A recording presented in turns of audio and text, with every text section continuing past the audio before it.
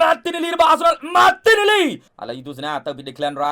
Rice សុទ្ធស្រាលឥឡូវនេះ11អ្នកដំបូងរបស់ Arsenal ចេញមកហើយនេះអ្នកចាំទីដៃទី1គឺ David Raya ប្រើប្រាស់ប្រព័ន្ធលេង 4-3-3 សម្រាប់ Arsenal Mikel Arteta David Raya របស់ Espagne ខ្សែការពារមកតប4នាក់មកតប4នាក់ Julian Timber William Saliba Gabriel Magalhaes និង Lewis Kelly បាទ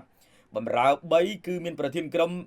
Martin Odegaard មាន Thomas Partey និង Declan Rice គណៈដែលប្រយុទ្ធ3នាក់នៅខាងលើគឺមាន Gabriel Martinelli Mikel Merino និង Leandro Trossard បាទ Martinelli ជាមកវិញហើយបាទជាមកវិញហើយទៅមើល11នាក់ដំបូងក្រោមការដឹកនាំរបស់ លោក Enzo Maresca របស់ក្រុម Chelsea អ្នកចាំទីដៃទី1គឺមាន Robert Sanchez ប្រើប្រាស់ប្រព័ន្ធលេង 3-4 បាទ 2-1 Robert Sanchez របស់ Espagne ដូចគ្នាជាមួយនឹងអ្នកចាំទីរបស់ Arsenal ដែរគណៈដាក់ខ្សែការពារ3គឺមាន Wesley Fofana Benoit Badiashile និង Levi Colwill បាទបារាំង2អង់គ្លេស1បំរើការពារគឺមានប្រធានក្រុម Reece James Enzo Fernandez Moises Caicedo និង Marco Corella 4សញ្ជាតិផ្សេងគ្នាបាទអង់គ្លេសអាសង់ទីនបាទមកហើយបាទអេស្ប៉ាញហ្នឹងបំរើប្រយុទ្ធ2គឺមាន Jadon Sancho Christopher Nkunku 2សញ្ជាតិផ្សេងគ្នាដែរបាទគណៈដែលប្រយុទ្ធនៅខាងលើម្នាក់ឯង Pedro Neto ដៃឲ្យមក Gabriel Martinelli កាត់ក្រោយ Leandro Trossard អត់ចូលទេ Leandro Trossard សុទ្ធមួយជើងស្ដាំបើកឆាកទៅលើក្រុមតោ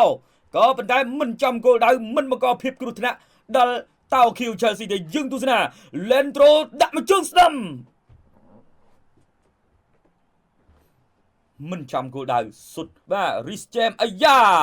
Gabriel Martinelli របស់ Arsenal Martinelli ចាប់បានពី Robert Sanchez អត់អីទេប៊ីគ្រោះថ្នាក់បាទយើងទស្សនារបៀបផ្សារល្បិចនេះការបញ្ជូនបាល់មកហើយក៏ប៉ាសេបន្តិចទៅពីសំណាក់ Robert Sanchez មកលបូតលេងមកដល់ Gabriel Martinelli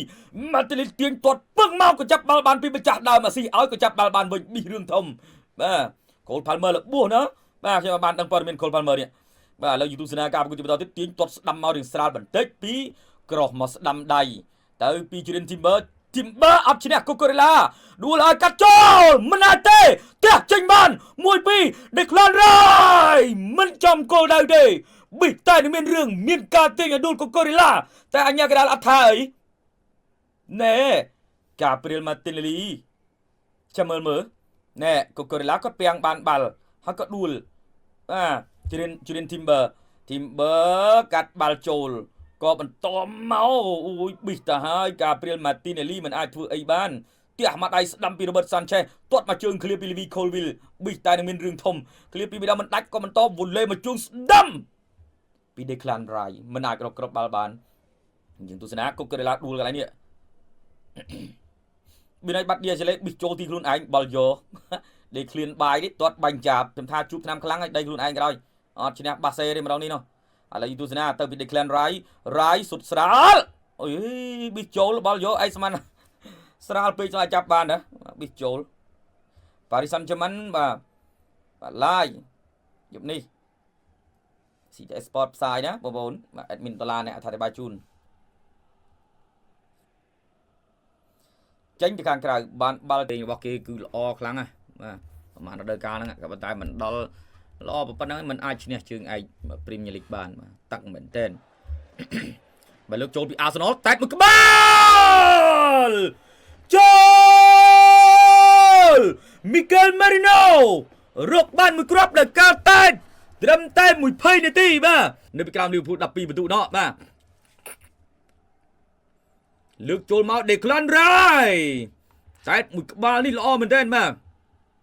យើងទស្សនាMikel Merino បាទអធិស្ឋាន Mikel Merino តែប៉ោងមកធ្វើឲ្យ Robert Sanchez លូតដល់មិនបានបាទដូច្នេះគ្រាប់បាល់កើតឡើងជាផ្លូវការ 100% បាទត្រឹមនាទីទី20ដោយ Mikel Merino បាទក្នុងការរកគ្រាប់បាល់ទៅលើក្រុមតៅ Q Chelsea ពីអង្គ Enzo បញ្ជូនមកក្រោយ Pedro Neto Nkunku ទាត់ស្ដាំលក្ខជំនឿខ្សែការពារ Cucurella អត់ចូលទេ Marco Corella ស្ដាយបងប្អូនអើយយើងទស្សនានេះមកជើងឆ្វេងផ្លាតធ្លាក់មកដល់ Nkunku ទាត់មកជើងមកប្លុកទៀត Cucurella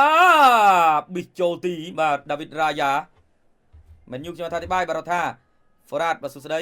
Rofat Martinelli ធ្វើអីអត់កើតទម្លាក់មកក្រោយ Leandro ត្រូសាតឲ្យមកម៉ាទីនីលីក្រោះចូលទាត់ឆ្វេងហើយក៏មីកេលមេរីណូដដែលម្ចាស់គ្រាប់បាល់បើកឆាកសុទ្ធមកជើងមិនដាវីតរ៉ាយ៉ាសង្គ្រោះបាន